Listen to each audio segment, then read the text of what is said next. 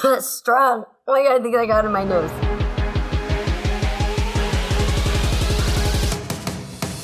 Hello, Hunnay. It's your girl, Jeannie Mai here, and I am about to pour it up with Elle on Thirst Trap.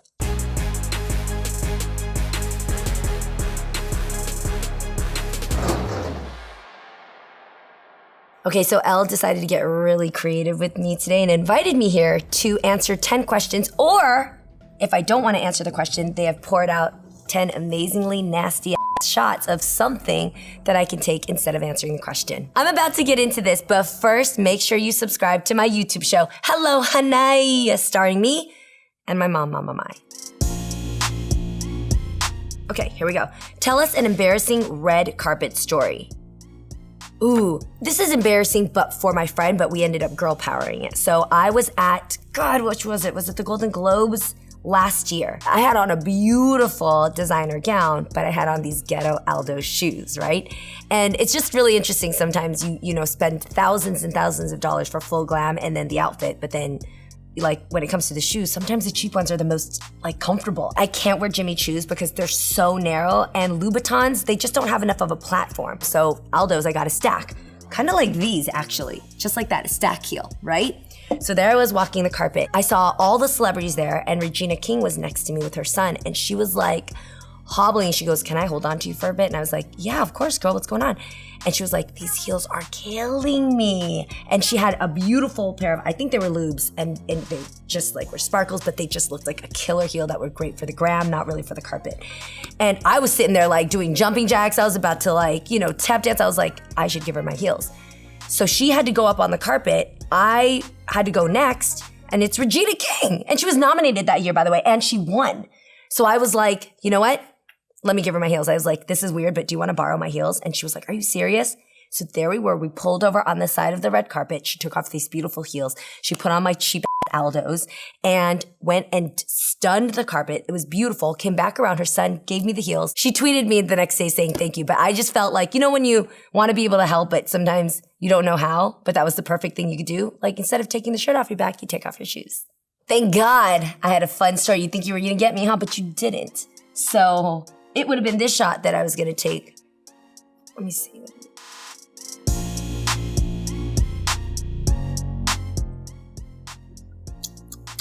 Oh, it's like really old Mountain Dew. Nice try, guys. What is your biggest insecurity? My biggest insecurity, either my fupa, which is really my foodpa. It's the food above my belly. I hate it. I always, when I shoot my show, Hello Hunnay, the cameraman is actually exactly this angle. And I sit like this, and I always tell him, please, please, please, Mario, tell me if I have a foodpa.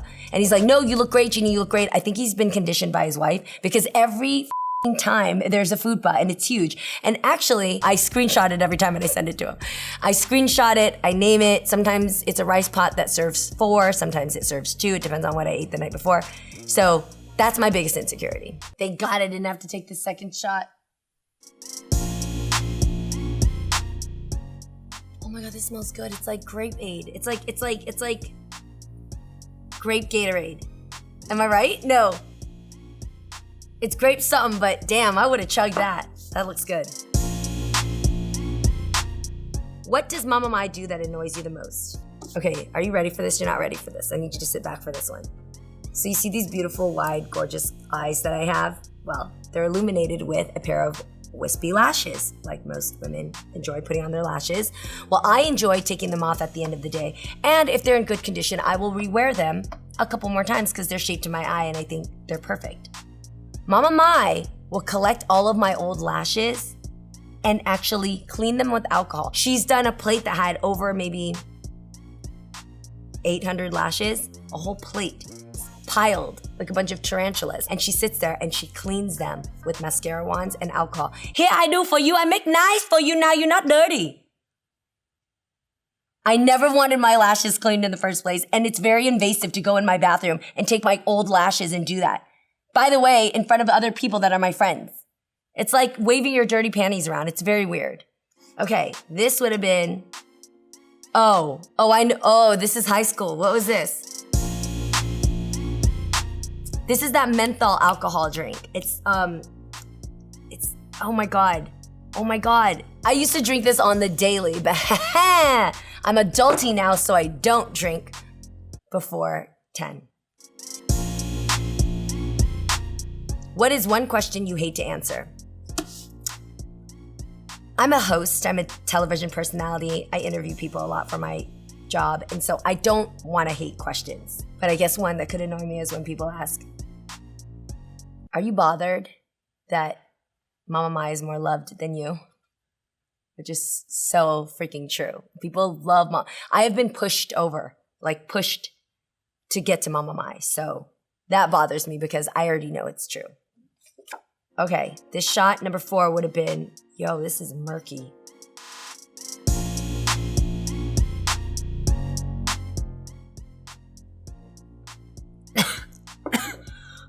Strong. Oh my God, I think I got it in my nose. That is the strongest soy sauce I've ever smelled. And that's the sauce of my people. So that's almost like really bad that I almost gagged there. That is terrible. I would have died drinking that, guys. You guys are trying to kill me. Sing 60 seconds of your karaoke go-to or take a shot. My go-to song, and this is fresh in my mind because the writer of the song came to the reel the other day, it's Diane Warren. My go-to song for karaoke is Nothing's Gonna Stop Us Now. It was featured in Mannequin. Y'all are too young to remember that, so don't even try. Absolutely Google it and watch it because it's one of the best films in life. You made this party so that I could come to life. So I said, am I the Twilight Zone or am I just nuts? It goes a little something like,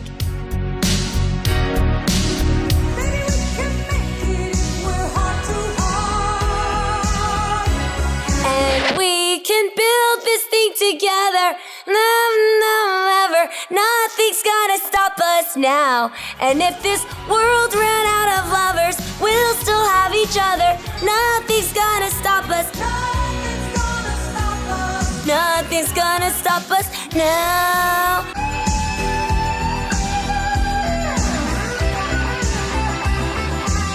All that I need. Oh, it's so good. It's so good. Boom. This looks like what you piss when you haven't drank water in like 4 days. Oh my God, now I can't smell it because I gave myself the visual. Oh. Wait. Is it apple juice? But it's like cinnamony.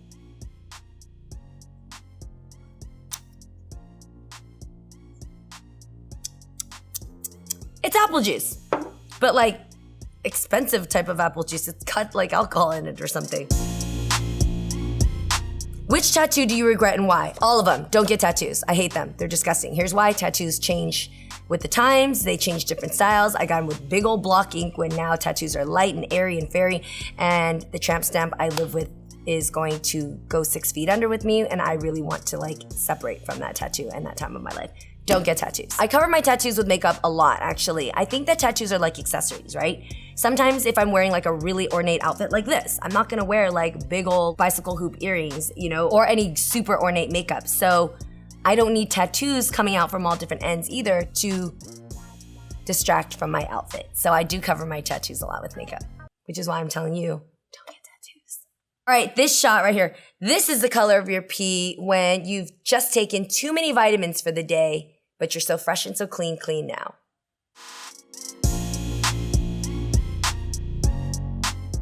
That's pickle juice, and that's hella fluorescent. I don't know if that's healthy. You guys should shop organic. That's like highlighter lime, guys. No pickle is highlighter lime. Tell us about a time you had to say no at work. What I think is interesting and very flattering is we meet a lot of guests on the show, and when I got divorced, I would get like hit on by a lot of the different guests, and I just don't want to, oh my God, I was just gonna say I don't want to mix business with pleasure and like date somebody off of my set, but then I'm doing that now, so that's not true. But at the time, I just really didn't think it was good to get involved with anybody until I was really ready. So I said no a lot to those dates until I was ready. Ta-da! I'm so freaking glad I did not have to take this shot. Are you looking at this right now? That is not healthy. If that's coming out of your pee, definitely go check in with your doctor. This, oh my God, it moves.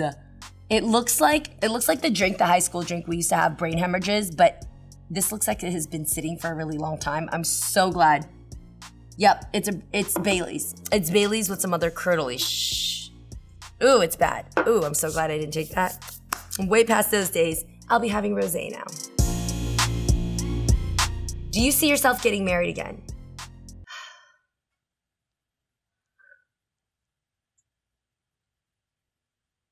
I just think that this question is better answered when I'm ready to answer, so.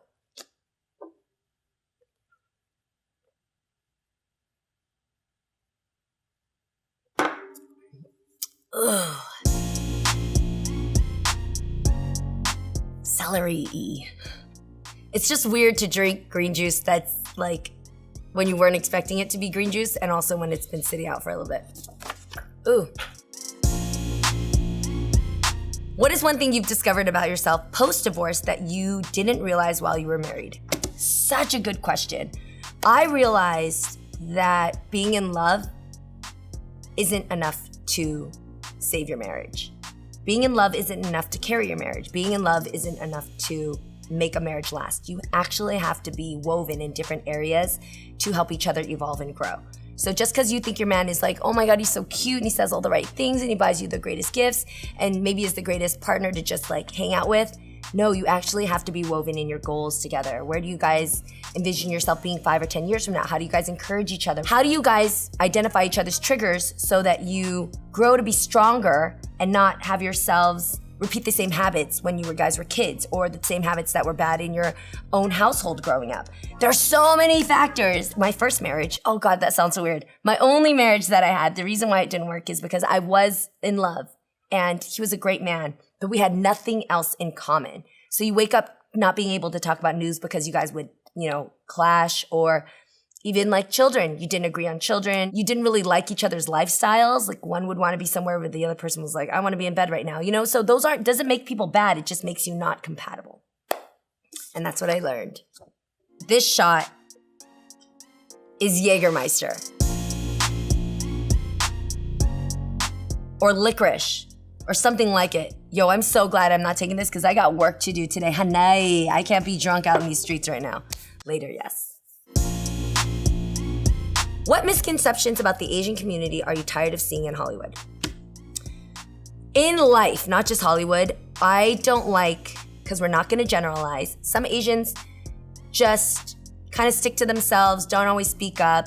Like if there's a huge riot or, there's maybe a protest, you don't always see the Asian community being the first to create a big march about it. And that makes some people think that some Asians are very docile, very passive, and just are doormats, that they just get walked on.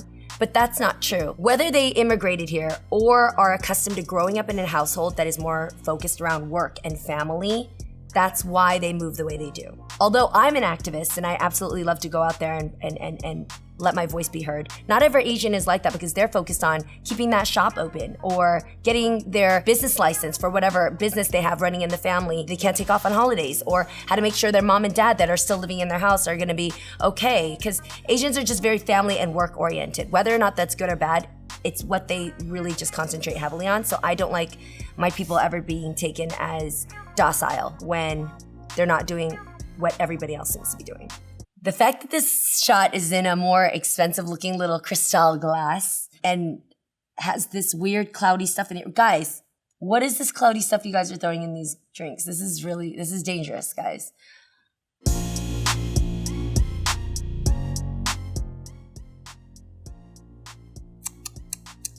Oh, it's